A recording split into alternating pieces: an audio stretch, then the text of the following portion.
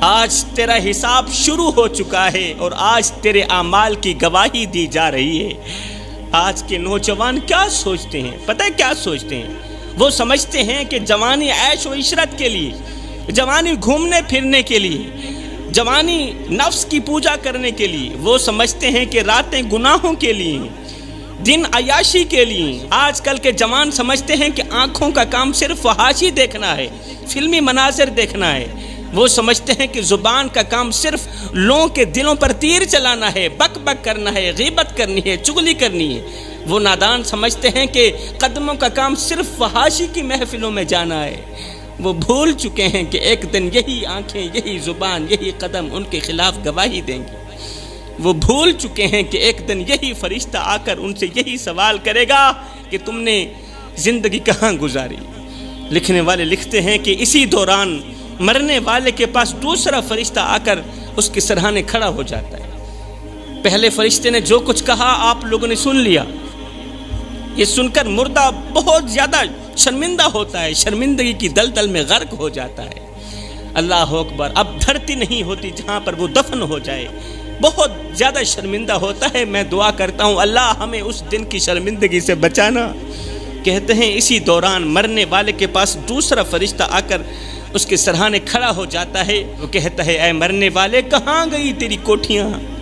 او مرنے والے، کہاں گئے تیرے بنگلے، تیری جائیدادیں، تیری زمینیں؟ کہاں گیا وہ غرور جس پر تو فخر کرتا تھا؟ کہاں گئے وہ نوکر چاکر جو تیرے ایک اشارے پر دوڑ کر آتے تھے، لبیک کہتے تھے؟ آج تو اکیلا ہے، نہ تیرے ساتھ تیری دولت ہے، نہ تیرے ساتھ تیرے دوست ہیں، نہ تیرے ساتھ وہ رشتہ دار ہیں جن کی خاطر تو نے اپنے رب کو بھلا دیا، نہ تیرے ساتھ وہ بیٹے ہیں جن کے لیے حلال و حرام کی تمیز کیے بغیر کماتا رہا، اپنے رب کو ناراض کرتا رہا۔ کیا تو نے نہیں سنا تھا کہ اللہ نے فرمایا تھا کہ یہ دنیا تو ایک عارضی ٹھکانہ ہے، مگر تو نے اس عارضی ٹھکانے کو ہمیشہ کی زندگی سمجھ بیٹھا۔ تو نے اپنے بنگلوں کی تعمیر پر اپنی آخرت کے محل کو برباد کر دیا۔ تو نے دنیا کی زمینوں کی خرید و فروخت میں دین کو بیچ دیا، آخرت میں نہ ختم ہونے والی زندگی تباہ کر دی۔ فرشتہ کہتا ہے کہاں ہیں وہ دوست جن کے لیے تو نے اپنے رب کے احکامات کو پسے پشت ڈال دیا؟ آج تجھے کوئی بچانے والا نہیں، آج تیرے لیے کوئی پناہ گاہ نہیں، آج تو اکیلا ہے اور تیرے اعمال تیرے سامنے کھڑے ہیں۔ تو نے دنیا میں اپنے ہاتھوں سے اپنے لیے آگ کا سامان جمع کیا، اپنے لیے تباہی کا سامان جمع کیا، اور آج وہی آگ، وہی تباہی تیرے قدموں کے نیچے دہک رہی ہے۔ آج تو زمین میں دفن ہونے والا ہے، مگر تیرے اعمال آسمان تک چیخ چیخ کر گواہی دے رہے ہیں۔ اے مرنے والے، کہاں ہے تیرا غرور؟ کہاں ہے تیری شان؟ کہاں ہے تیرا رتبہ؟ آج تیرے ساتھ صرف تیری قبر کی مٹی ہے، آج تیرے پاس صرف تیرے گناہ ہیں، اور آج تیرے سامنے تیرے اعمال کا حساب کھل چکا ہے۔ آج تیرے پاس سوائے پچھتاوے کے اور کچھ بھی باقی نہیں بچا۔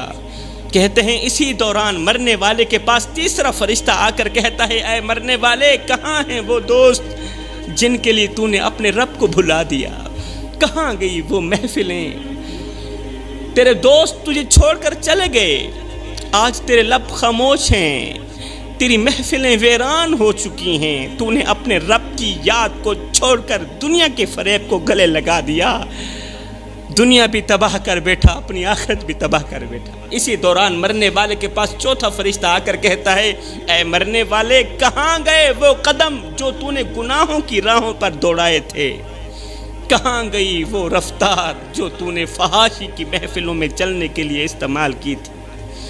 آج تیرے قدم بے جان ہو چکے ہیں، آج تیری رفتار تھم چکی ہے، آج تیرے پاؤں زنجیروں میں جکڑے ہوئے ہیں۔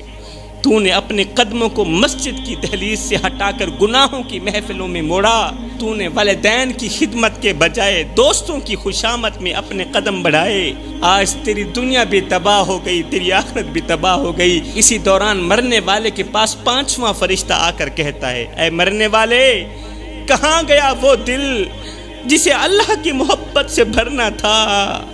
کہاں گئی وہ روح جسے اللہ کے ذکر سے منور کرنا تھا؟ تو نے اپنے دل کو دنیا کی محبت میں گم کر دیا، تو نے اپنے دل کو نفرت، حسد اور کینہ سے بھر دیا، تو نے اپنی روح کو گناہوں کی آگ میں جھونک دیا۔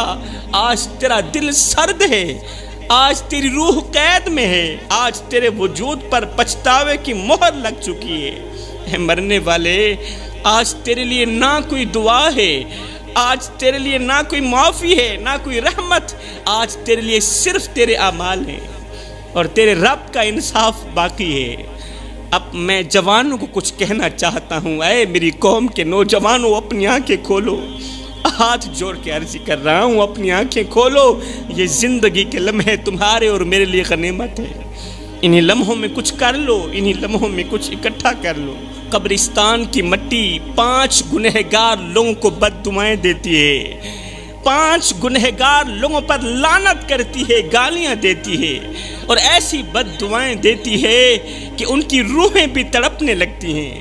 آخر وہ گناہ کون سے ہیں جو اس قدر خطرناک ہیں کہ قبرستان کی مٹی بھی انہیں برداشت نہیں کر پاتی؟ پوچھا گیا، حضرت آخر وہ کون سے لوگ ہیں اور وہ کون سے گناہ کرتے ہیں؟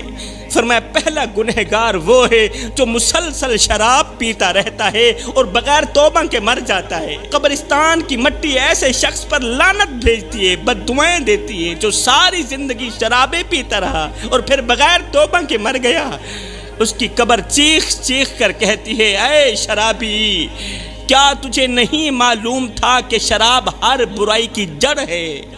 کیا تو نہیں جانتا تھا کہ شراب انسان کی عقل کو تباہ کر دیتی ہے؟ شراب انسان کو انسانیت کے درجے سے گرا دیتی ہے، اسے حیوانوں سے بھی بدتر کر دیتی ہے۔ اے شرابی، تو نے دنیا کی رنگینیوں میں مست ہو کر اپنے رب کو بھلا دیا۔ جوانوں، خدا را، سب کچھ کرنا مگر شراب کے قریب نہ جانا، کیونکہ یہ وہ زہر ہے جو انسان کو بے غیرت بنا دیتا ہے۔ شراب انسان کو بے غیرت بنا دیتی ہے، دلہ بنا دیتی ہے، اور بے غیرت انسان کے ساتھ اللہ تعالیٰ سخت نفرت کرتا ہے۔ اللہ تعالیٰ کی ایسے انسان سے جنگ ہے۔ حلالی ماں کے حلالی بیٹے شراب نہیں پیا کرتے۔ یہ وہ لعنت ہے جو انسان کی عزت کو خاک میں ملا دیتی ہے، انسان کے رتبے کو زمین پر گرا دیتی ہے۔ شراب انسان کی آنکھوں کو اندھا کر دیتی ہے اور ماں اور بیوی کے درمیان فرق ختم کر دیتی ہے۔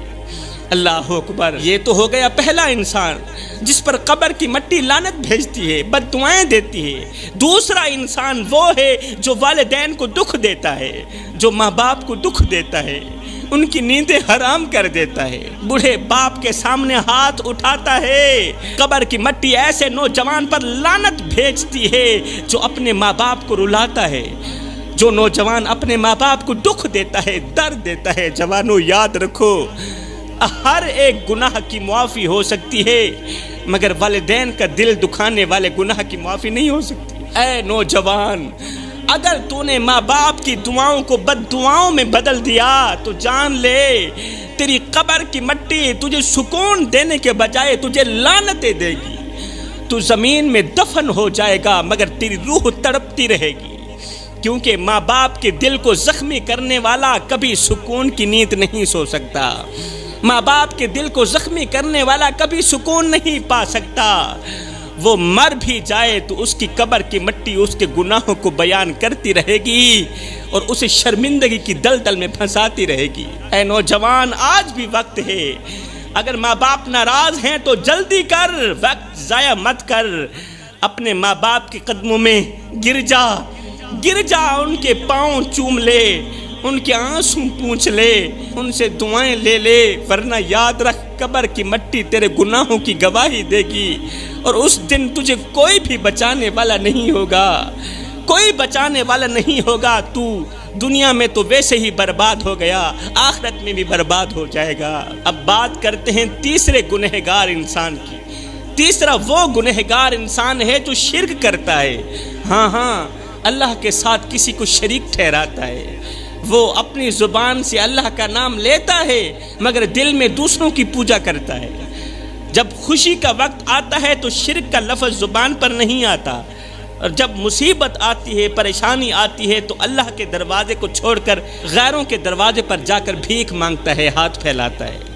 اپنے رب کے دروازے کو بھول جاتا ہے، وہ اپنی حاجات کے لیے اللہ کو چھوڑ کر پتھروں کے آگے جھکتا ہے، اللہ کے ولیوں کی قبروں کے آگے جھکتا ہے، سجدے کرتا ہے، مدد مانگتا ہے، قبروں پر جا کر سجدے کرتا ہے، بجائے فاتحہ پڑھنے کے ان سے مدد مانگتا ہے، مردوں سے فریادیں کرتا ہے، مٹی سے فریاد کرتا ہے۔ جو شخص مٹی سے فریاد کرتا ہو، قبر کی مٹی ایسے انسان پر لعنت کرتی ہے۔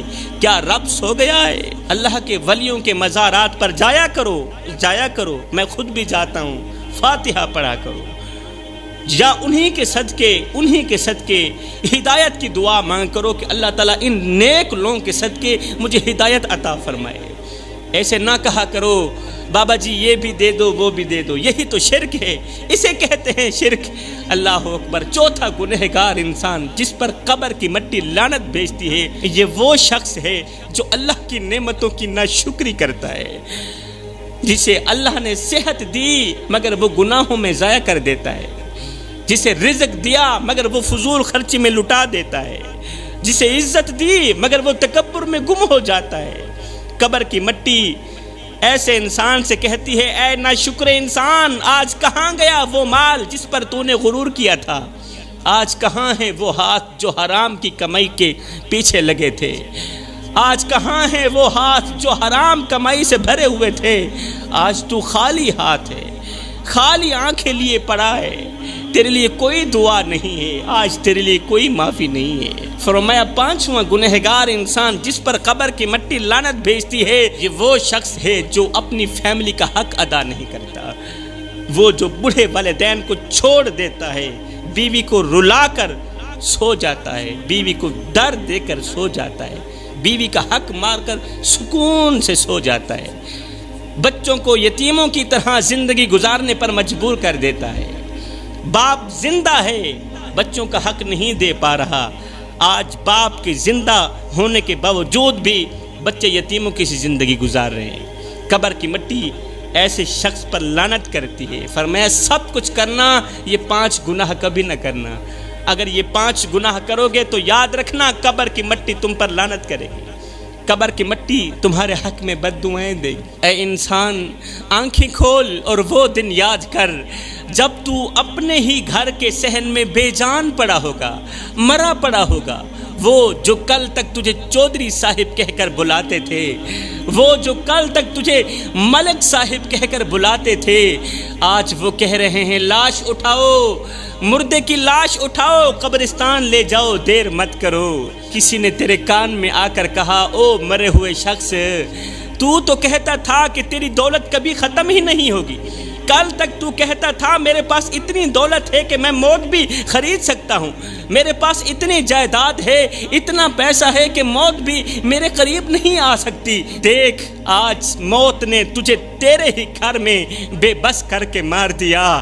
شاید تو نہیں جانتا تھا کہ نہ کفن میں جیب ہے، نہ قبر میں الماری ہے، اور کمال کی بات تو یہ ہے کہ موت کا فرشتہ رشوت بھی نہیں لیتا۔ اس وقت تیرے بیٹے کہہ رہے ہوں گے کتنی جلدی مر گیا ابا، ابھی تو جائیداد کا بٹوارا بھی نہیں ہوا۔ تیری بیٹی اپنے ننھے ہاتھوں سے تیرے بے جان ہاتھ کو ہلاتی رہے گی، بے جان جسم کو ہلاتی رہے گی اور کہے گی ابو سب کہہ رہے ہیں تو مر گیا ہے، نہیں نا، یہ جھوٹ بول رہے ہیں نا، تو نہیں مر سکتا، تو نے وعدہ کیا تھا کہ میں اپنی بیٹی کے ساتھ ہمیشہ رہوں گا۔ ابا لوگ کہہ رہے ہیں کہ آج تیری بیٹی یتیم ہو گئی ہے، ابا لوگ کہہ رہے ہیں آج تیری بیٹی یتیم ہو گئی ہے، بس ایک بار اپنی آنکھیں کھول کے اتنا کہہ دے کہ بیٹی تیرا باپ زندہ ہے۔ تیری بیٹی کہے گی ابا اٹھو نا، تو نے کہا تھا کہ میں تجھے گڑیا لے کر دوں گا، ابا اٹھو نا۔ ہائے اس وقت ارد گرد کے لوگ کہیں گے نہیں بیٹی، ابا مر گیا ہے، اور مرنے والے کبھی اٹھتے نہیں ہیں، تیرا باپ کہاں ہے، تیرا باپ تو مر گیا ہے۔